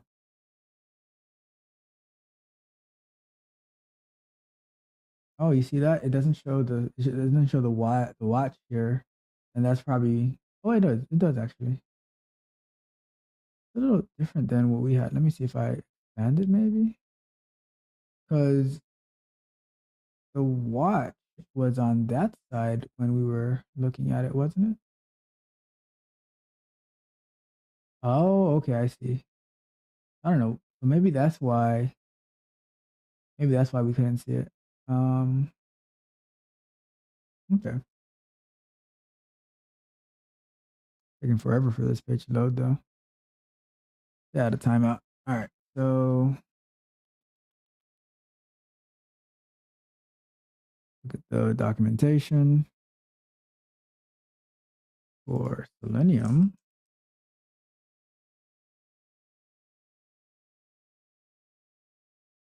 See if there's any, if they have it in here. If not, we're gonna have to go and find it.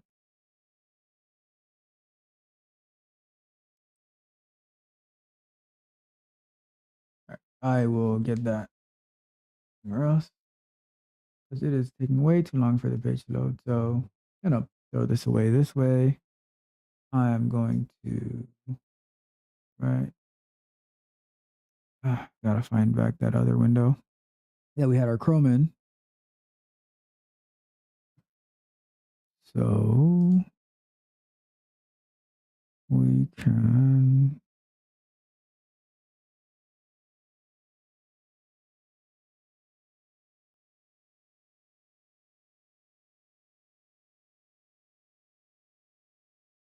let's take it off the full screen. Okay, so let's leave it like that for a little bit. What I want to do is let's see if that page is still loading.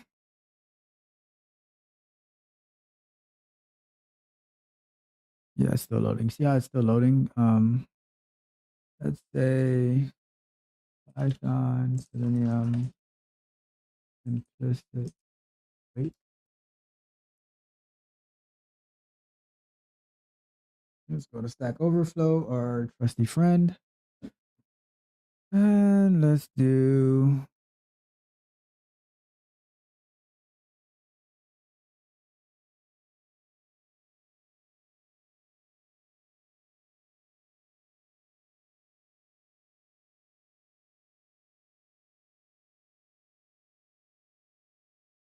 close for a certain amount of time when trying to find an element. Let's see. Go here. See what this one's gonna do. What happened though? Let's see. What was the final result? Because I see all the page closed, so something happened. I get timed out. Let me see. Yeah, I never really clicked on it. So couldn't find, I don't know how far I got to, but that's fine. Let's add some weights in here. And we don't need that. And like I said, this is not the not how I would typically code, but just to get through, like I would set up like a page object model with the home page and everything like that, but that's not the intended purpose of this right now. So that's why it's like that right now. Let's see. So we have, wait, let's maximize the browser as well. Uh, maximize window. So now I wonder if I maximize window. Let me go back to the home page. That's how it's to maximize this. So the watch changes. So now I wonder that watch that we were seeing in the code before, if that was a different watch. So if we go to code and we search for this XPath,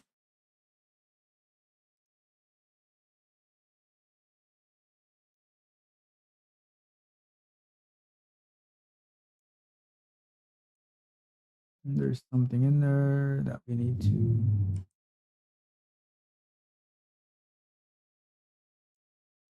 Okay. So now let's see if we have anything. It doesn't. It doesn't show up that one. So that makes a, because all right. So that makes more sense, because the reason that we were seeing the other one is because it was going to the mobile navigation for the responsive design that they have, right?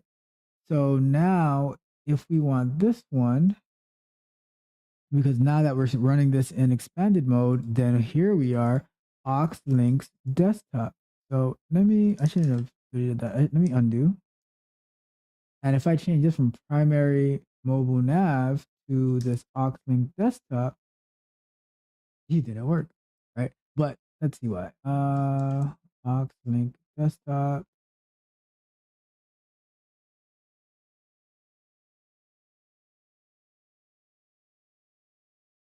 Let me select that one more time. And let's see. So we have the button.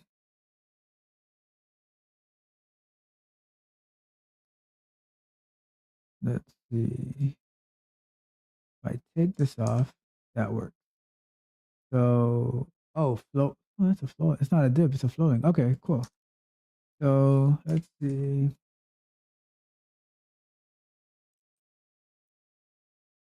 All right, so here we go. So I'm going to update our watch XPath to this one. And let me see if I can break it up over here. All right, so now when this runs and it expands the browser, it should click on the watch link. And then let's see where we get to. And after that runs, check that one more time.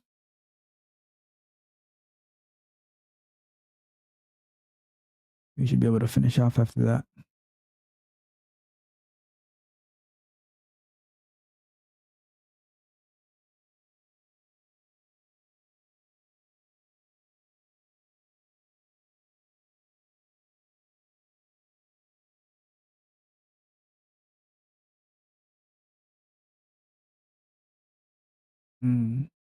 So it's still having a loading thing.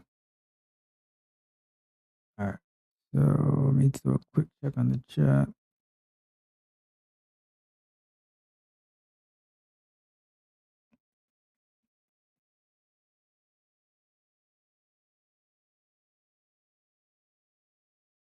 And we're good to go.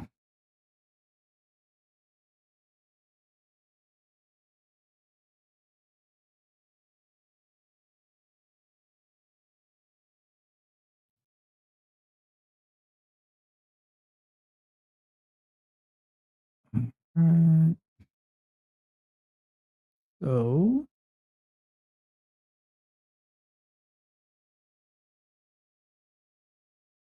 one. It takes so long loading. All right. So let's do this. Let's stop that. And what we can do is by stopping this, let me see. Let me see. Python explicit weight, maybe? I was confused about the weight.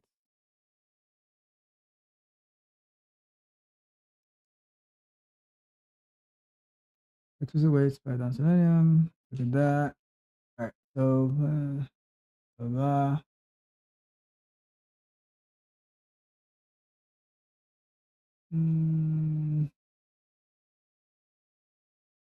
Let's do this instead. Python page loading.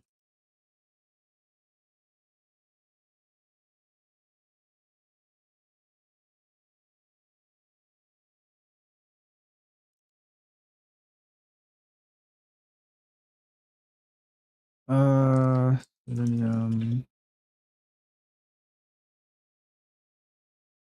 What's the page? Actually, no, what's page? All right, so let's see what this is.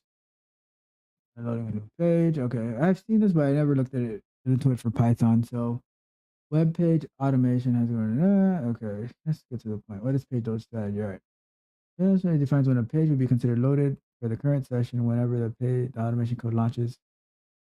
Yeah, navigate to by default. WebDriver uses page load strategy, which is normal, which means wait until the entire page loaded. If the page takes longer to load, it's important. Not important to your script. You can change it to eager or none to speed up the execution. This value applies to the entire session. So wisely choose it for your test. Flakiness. All right. The usage of page load strategy was introduced in part of Selenium 4. How do you use it? All right, here we go. So loading, the page is still loading. The ready state property. Okay, you might want to do interactive. So let's see. Do they say how? They say how we can implement that in Python. I don't care about none of this. Document ready state. Let's try. Okay, we'll try eager. Let me see.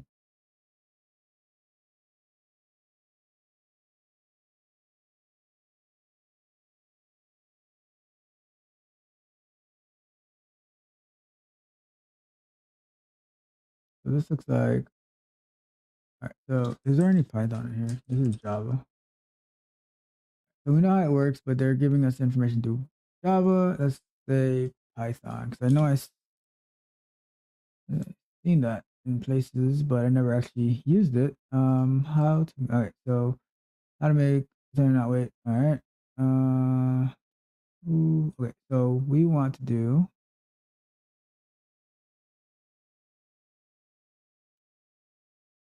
Is that the best answer that they have?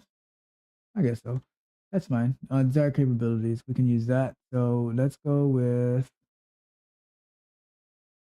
Let's copy this one and paste it in our import. And let's do. Just copy. Just copy this whole thing. Right. All right. So we copy that. Oops. Too far. So we're gonna put this before our driver gets created, and we're gonna say we're gonna go with the eager one. Clean up the code. Let's go with eager, and we're gonna say now in our code the driver. So let's clean this up a bit too. Service, and then desired.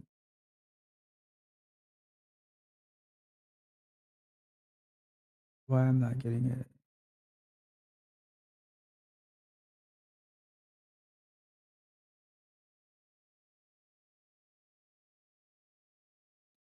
Oh, I should get a red.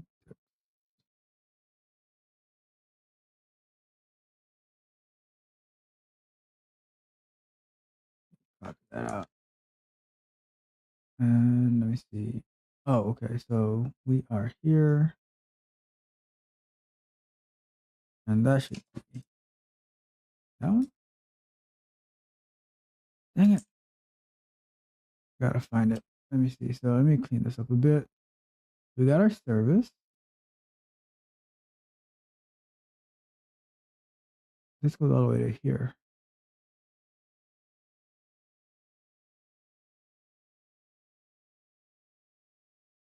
That's part of that. It should be here, I believe. Oh, you know what? That's what it was. That's what I didn't put the comma. Silly mistake. All right, so we have that. We have our eager. It was okay. Now, if we run it, we should get to. Hopefully, we get to here. See what happens.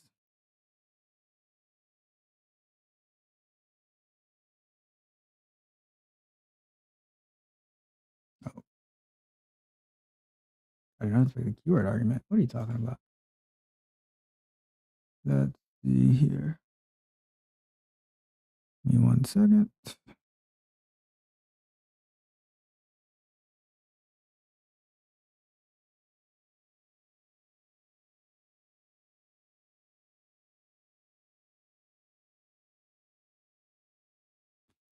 All right, let's wrap. Give me 1 second.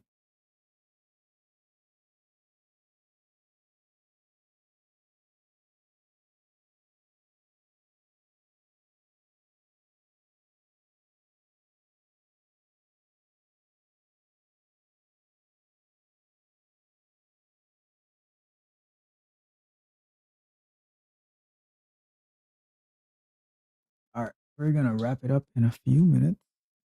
So we have this. Sorry about that interruption. All right, so have that. What happened? Why did the desired capabilities not work? That should have worked perfectly fine. Let's see. Let me see.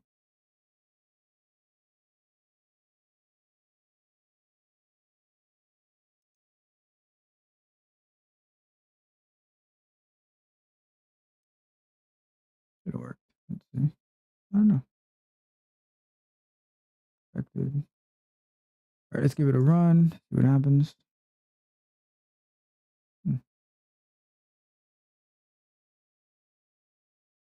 Let me see.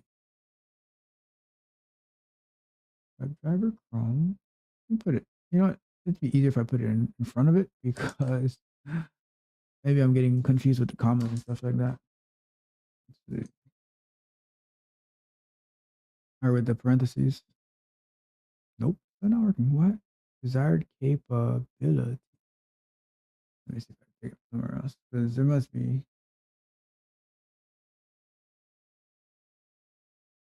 No, it should be perfectly fine.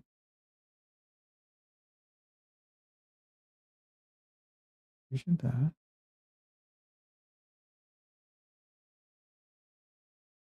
Let me take a look at this right here. Look at WebDriver Manager. And why are my desired capabilities not working?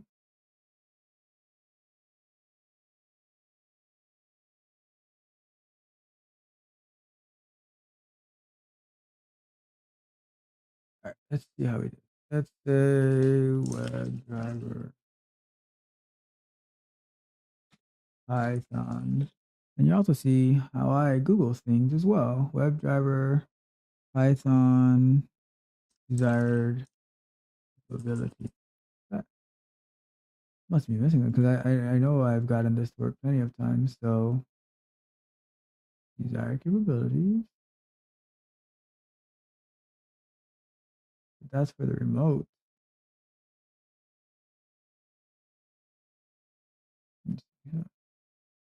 Just something so simple. I don't know why it's not working. Let me see. This is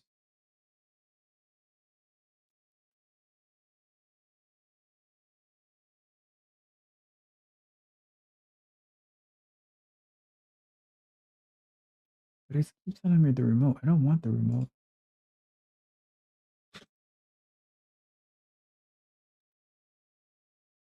Mm,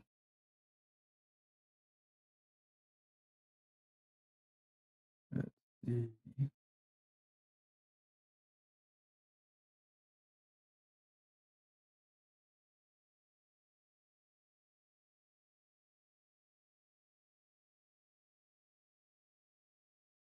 Hmm,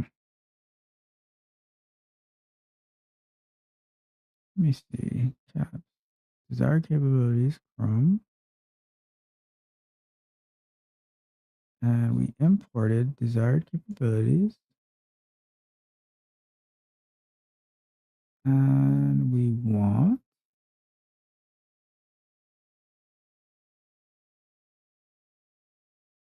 we want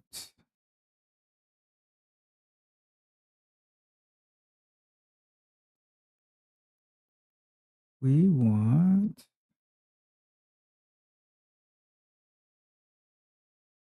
driver service. Why? I don't know why that's not working.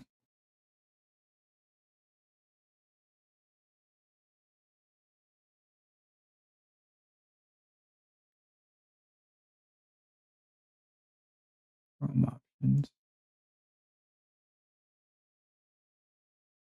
Chrome options. Add arguments.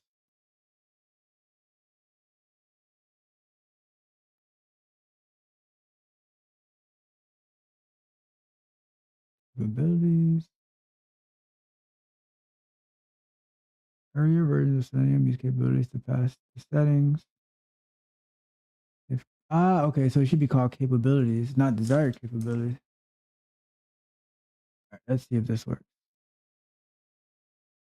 I don't know why that was like no, slow.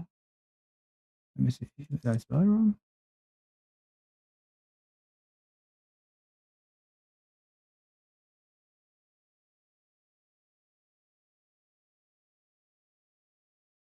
Must be passing something in wrong. Let's see what's going on here. Right when you're about to finish, something has to come up, right? Caps, attribute error. What is going on here? The Selenium-wire name in caps? Actually, I can, okay, I know what I'll do. If this doesn't work, I'm going to go to the other one. Caps. All right, so let me go to Selenium-wire. And this is how you got to troubleshoot when you are working with multiple packages. You need to know like where this error is coming from because I was expecting it to just be desired capabilities, but let me see here. Let's see what's going on here.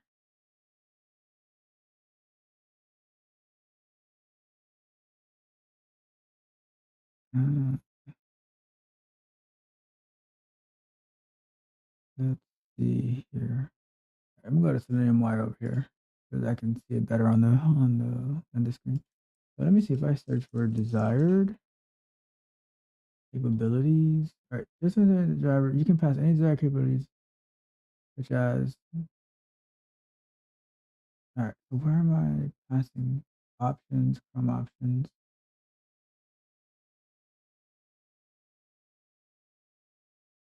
Let's see. I don't see a. That's where it's passing. They don't tell you how they're doing it.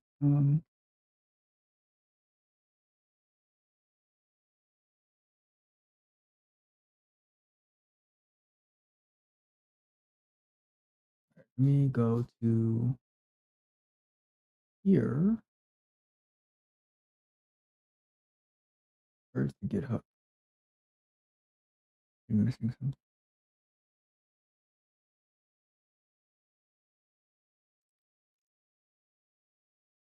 remote driver.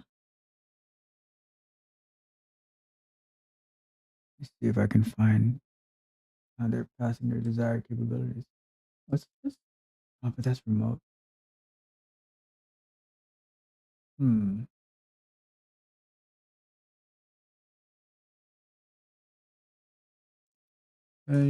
Page load strategy. All right, so maybe I can do it through the browser options then, because that's so weird. Let's see, eager Python. All right, so here we go. Let's do it this way. Well, okay, so we'll use the do it this way. Annoying. All right, options. So let's get rid of the desired capabilities, and we'll do it through the options. All right, so get rid of that. Get rid of that. And we're going to import options. I can do that over the desired capabilities. And eager. And then we can say options equals options. All right, so now we run it. And we are about to end it for today. Hopefully this works, and we can actually continue this on Thursday night, where we finish this implementation. Oh, look at that. Boom, look at that. And it failed somewhere, but we got past the home page. The page load strategy worked perfectly, but our page load strategy also hurt us because it didn't wait to get to for it to load. But that's good. So this is a good stopping point. We're going to stop here for today, and we are going to pick this up on Thursday night, where we will finish this. I'm pretty sure we can finish Thursday night because we got all the way down to, where do we get to? We got all the way to here, where we clicked here, but it failed because our page load strategy did not wait. So what we can do is we're going to add a wait for this element to be clickable on Thursday night. And then we will capture that M3U8 file and process it all the way through. So let's add to our notes for next week. We're going to add a wait for thumbnail to be clickable due to page load strategy being eager. And then we are going to capture the URL of the M3U8 file. And then we will have it run through the M3U8 parser. And that would conclude our integration of M3U8 parser with Selenium-wire for a comprehensive, you know what? I'm going to add a bonus in there. What we're going to do is loop through the video files, the featured video files on the watch page.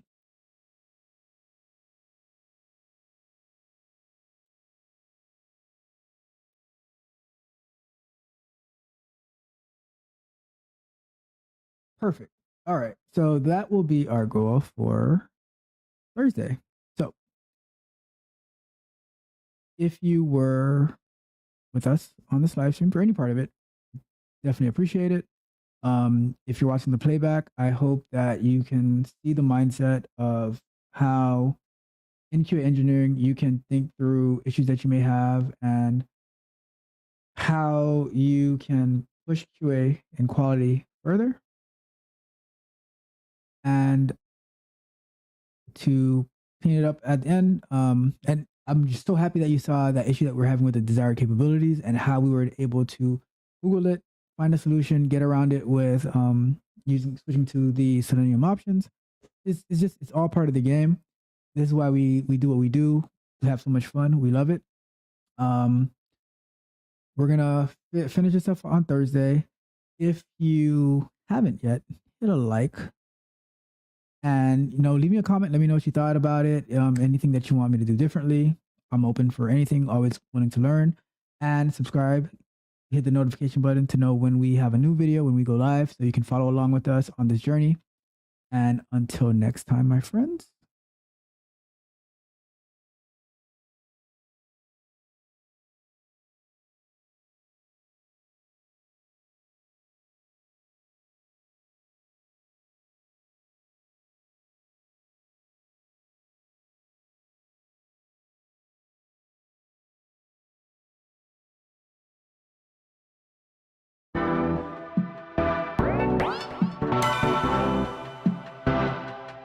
You might think that getting into the IT field is impossible without a computer science degree, but Tech Coach Ralph is here to prove you wrong. Get ready for some jaw-dropping revelations on how to break into this lucrative industry. Listen up, tech enthusiasts! Are you ready to break through into the IT field, but feel like you need a computer science degree to make it happen? Think again! Tech Coach Ralph has some exclusive, mind-blowing secrets to share with you. Get ready to be blown away by his jaw-dropping revelations on how to break into the tech industry without a computer science degree. So get your notepad ready, because Tech Coach Ralph is going to change your life forever. Buckle up, because you're about to embark on a journey to success in the IT field.